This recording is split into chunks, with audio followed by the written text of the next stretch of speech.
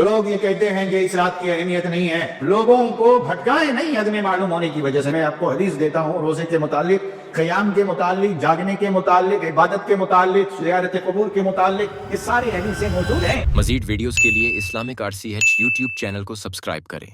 जो बंदे इस महीने में रोजा रखते हैं, इबादत करते हैं, रब को मनाते हैं, आंसू बहाते हैं, तो वो नामे अमाल में अपने नेकियां भी दर्ज कराते हैं और साथ ही साथ मौला तबारक व तआला उन्हें अपनी कुर्बत और अपनी उल्फत अता फरमाता है। ये शाबान में आखिर लफ्ज नून आता है और सरकार उसे बात फरमाते हैं कि इससे मुराद नूर है। रब को मनाता है, आंसू बहाता है, दिल गुजारी करता है, तो मौला तबारक व तआला नेकियों के साथ साथ उन्हें नूर से अपने सरफराज फरमा देता है। जो लोग ये कहते हैं कि इस रात की अहमियत नहीं है, वो हदीस पाक को पढ़ें, लोगों को भटकाए नहीं अदम मालूम होने की वजह से। इल्म ना होना ये और बात है, और जानबूझकर लोगों को बहकाना ये और बात है। शब कदर की अहमियत है, वो शब बारात की अहमियत नहीं है।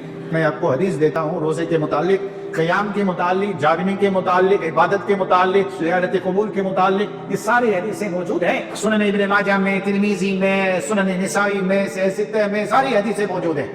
मुसन्नद इब्न अबी शैबा में अहादीस उठाकर पढ़ने की जरूरत है, इनकार करने की जरूरत नहीं है। आज तो इन्हितात का जमाना इन्हितात है। इस जमाने में तो इबादत का शौक पैदा करना है लोगों के दिलों में, न कि इसकी अहमियत को खत्म करना। आप फरमाते हैं कि मैंने हुजूर अलैहिस्सलातु वस्सलाम से मालूम किया, दरियाफ्त किया, या रसूलल्लाह सल्लल्लाहु तआला अलैहि वसल्लम, आप माह शाबान में कसरत से रोजा रखते हैं, आखिर इस महीने में रोजा रखने की वजह क्या है या रसूलल्लाह? तो मेरे आका अलैहिस्सलातु वस्सलाम ने इरशाद फरमाया, ए उसामा बिन ज़ैद, माह शाबान की निस्फ शब में, इस महीने में अल्लाह तबारक व तआला मोमिन बंदों के नामे अमाल रब की बारगाह में पेश होते हैं। ये महीने में नामे अमाल हमारे लिखे जाते हैं, हमारा अजल लिखा जाता है, मौत लिखी जाती है, नामे अमाल पेश होते हैं। तो मेरे आका फरमाते हैं, मैं इसलिए इस महीने में कसरत से रोजा रखता हूँ ताकि जब मेरे नामे अमाल मेरे प्यारे रब की बारगाह में पेश किए जाएं तो मेरे नामे अमाल हालत रोजा में पेश किए जाएं, मैं हालत रोजा में हूँ और मेरे नामे अमाल अल्लाह की बारगाह में पेश किए जाएं।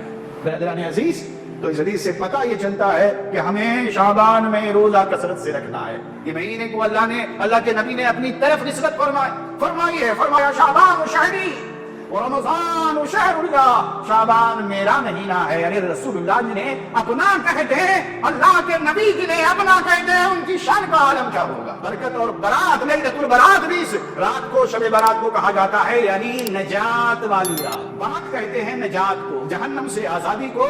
तो लैलतुल बरात जो आ रही है, इस रात की कदर करें। इन्हें अल्लाह इस रात में इबादत करने वालों में बरकत देता है। इस रात में रब तबारक व तआला हमारे मुक़द्दरात के फैसले भी फरमाता। फीहा युफ़रक़ु कुल्लु अम्रिन हकीम, सूरह दुखान की आयत करीमा है कि शब बारात में रब तबारक व तआला तुम्हारे सारे मुक़द्दरात के हिकमत वाले सारे कामों के मौला फैसला फरमाता है और फरिश्तों में उसे तक़सीम फरमा देता। कौन जीने वाला है, कौन मरने वाला, किसके नामे अमाल में नेकियां आने वाली है, कौन बदी करने वाला है, कौन बुराई करने वाला। हदीस पाक में हज़रत आयशा सिद्दीक़ा रज़ियल्लाहु ताला अन्हा से हदीस है कि मौला तबारक व तआला अपनी शान के लाए आसमान दुनिया पर नुज़ूल इजलाल फरमाता। दुनियावी आसमान तक अल्लाह नुज़ूल फरमाता है और निदा देता है, मौला कौन है मेरा बंदा जो मुझसे बख्शिश मांगे, मैं उसकी मग़फ़िरत कर दूं। कौन है मेरा बंदा वो जो मुझसे अपने लिए रिज़्क़ मांगे, मैं उनके रिज़्क़ में बरकत अता कर दूं।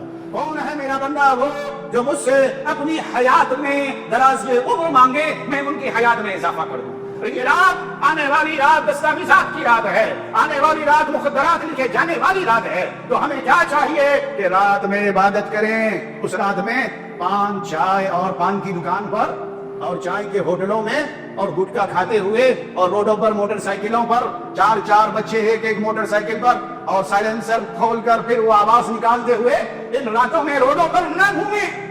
नौजवानों से कह रहा हूँ कि आप अपने माँ बाप की इज्जत करें, माँ बाप की अजमत को समझें, माँ बाप को बेइज्जत न करें, अपने अमाल से उनकी कदर करें। और अल्लाह ने ये रात तुम्हें इबादत के लिए दिया था, मग़फ़िरत के लिए दिया था, तुम्हारी बख्शिश के लिए दिया था, तुम्हें जहन्नम से आजादी के लिए दिया था, क़याम के लिए दिया था, क़ुरूज के लिए दिया था।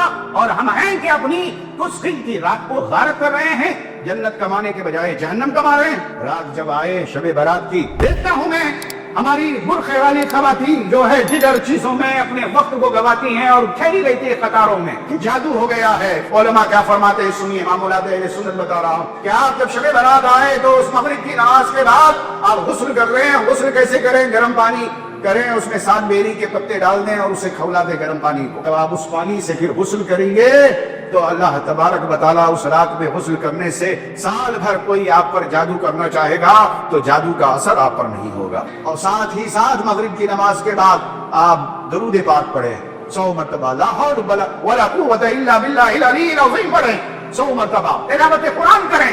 اور رات میں کرنا کیا ہے؟ عبادت کرنا ہے۔ عبادت کیسے کرنا ہے؟ 6 رکعت نماز کم سے کم آپ نفلی پڑھنا ہے۔ پہلی رکعت میں جب آپ سورہ فاتحہ پڑھیں گے نا، سورہ فاتحہ کے بعد قل هو اللہ شریف، سورہ اخلاص کتنی مرتبہ؟ 10 مرتبہ۔ بعض علماء نے 6 مرتبہ کا، آپ کو جتنی سہولت ہے اسے۔ پھر دوسری رکعت میں اسی طرح پڑھیں، سورہ فاتحہ کے بعد پھر آپ سورہ اخلاص 15 مرتبہ یا 10 مرتبہ۔ 2 رکعت مکمل ہو گئی، قاعدے میں بیٹھے اور آپ سلام پھیر دیا آپ نے۔ اس کے بعد کیا کرنا ہے آپ کو؟ سورہ یاسین شریف 1 مرتبہ سورہ یاسین پڑھیں۔ اور شب برات کے شب کی دعا بھی ہے، کتابوں میں آپ کو نیٹ پر آپ کو مل جائے گی، وہ بھی پڑھیں۔ نصف شعبان کی شب کی دعا بھی پڑھیں اور سورہ یاسین بھی 1 مرتبہ، اور اپنے دراز عمر کی دعا کریں، اللہ ہمارے عمر میں برکت عطا فرما دے۔ 2 رکعت پڑھنے کے بعد پھر 2 رکعت اسی طرح پڑھیں، سورہ فاتحہ کے بعد سورہ اخلاص پڑھیں 10 مرتبہ، اور پڑھنے کے بعد پھر اسی طرح 2 رکعت مکمل کریں، اور پھر آپ اپنے رزق کی وسعت کے لیے دعا کریں۔ 4 رکعت ہو گئی، اور 2 رکعت پڑھنے کے بعد 6 رکعت اسی طرح پڑھنے کے بعد اپنے جو ہے خاتمہ بالخیر کی دعا کریں۔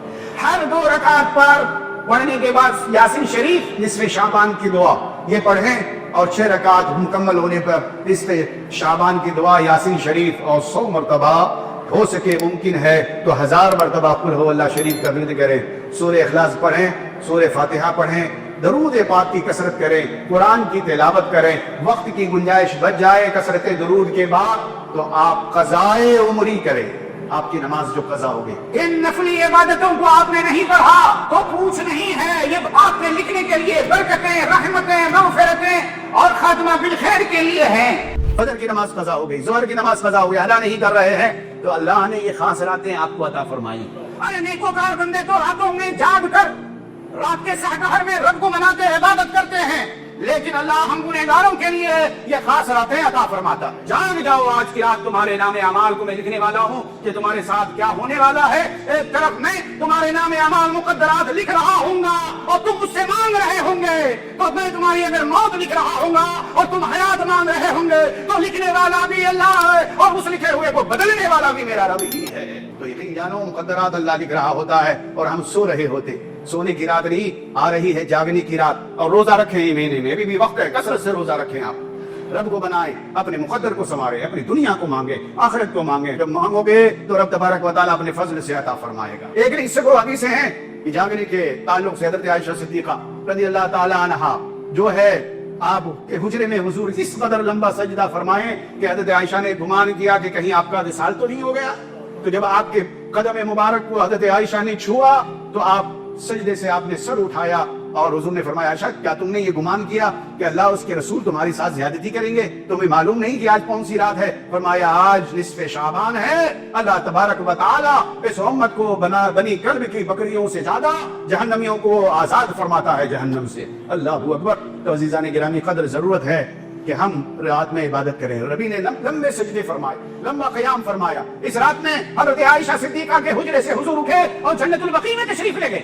حضرت عائشہ پیچھے پیچھے جاتی ہے، آپ نے دیکھا جنت البقیع میں ہے، اور مرحومین کے لیے، شہداء کے لیے جنت البقیع میں مومنین کے لیے دعائیں مغفرت فرما رہے ہیں۔ تو یہ شب برات میں اپنے مرحومین کی قبروں کو، والدین کی قبروں پہ بھی جائیں اور ان کے لیے دعائیں مغفرت کریں۔ یہ نبی کی سنت ہے، یہ میرے آقا کی سنت ہے۔